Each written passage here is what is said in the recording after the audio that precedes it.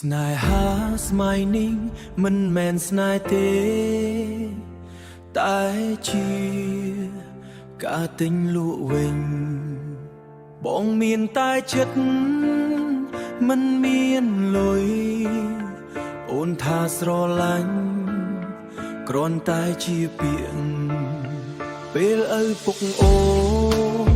សួរពីអនាគតបងឈរស្ទើរមិនជាប់ព្រោះគ្មានអ្វីបងហើយពាក្យថាស្នេហ៍ស្មោះត្រង់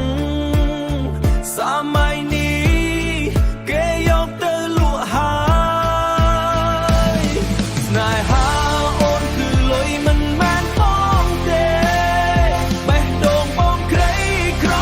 មិនអាចទិញអូនបានសើទាំងទឹកភ្នែក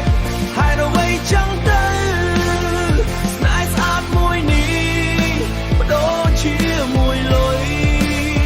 ថ្ងៃដែលអូនទៅជាមួយអ្នកថ្មីឡានគេថ្លៃថ្លៃបងហាញមុខបងអូនមើលបង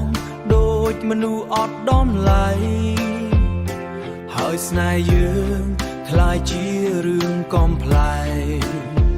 បងសើចខ្លួនឯងទាំងចិត្តបែងស្នេហ៍ក្រីក្រគ្មានសិទ្ធិឈ្នះទេស្នេហាអូនគឺលុយមិនមែនបងទេទោះបងស្រឡាញ់ប៉ុន្មានក៏មិនគ្រប់គ្រាន់សូម្បីទឹកភ្នែកក៏គ្មានតម្លៃព្រោះវាមិនមែនជាលុយដុល្លារ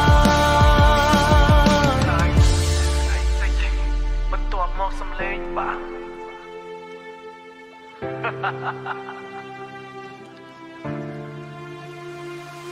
បងគួរតែស្រឡាញ់ធនាគារមិនមែនអូ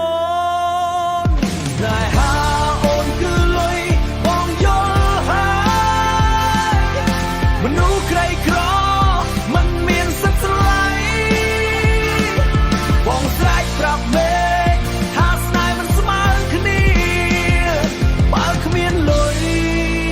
ស្នេហ៍ក៏គ្មានតម្លៃ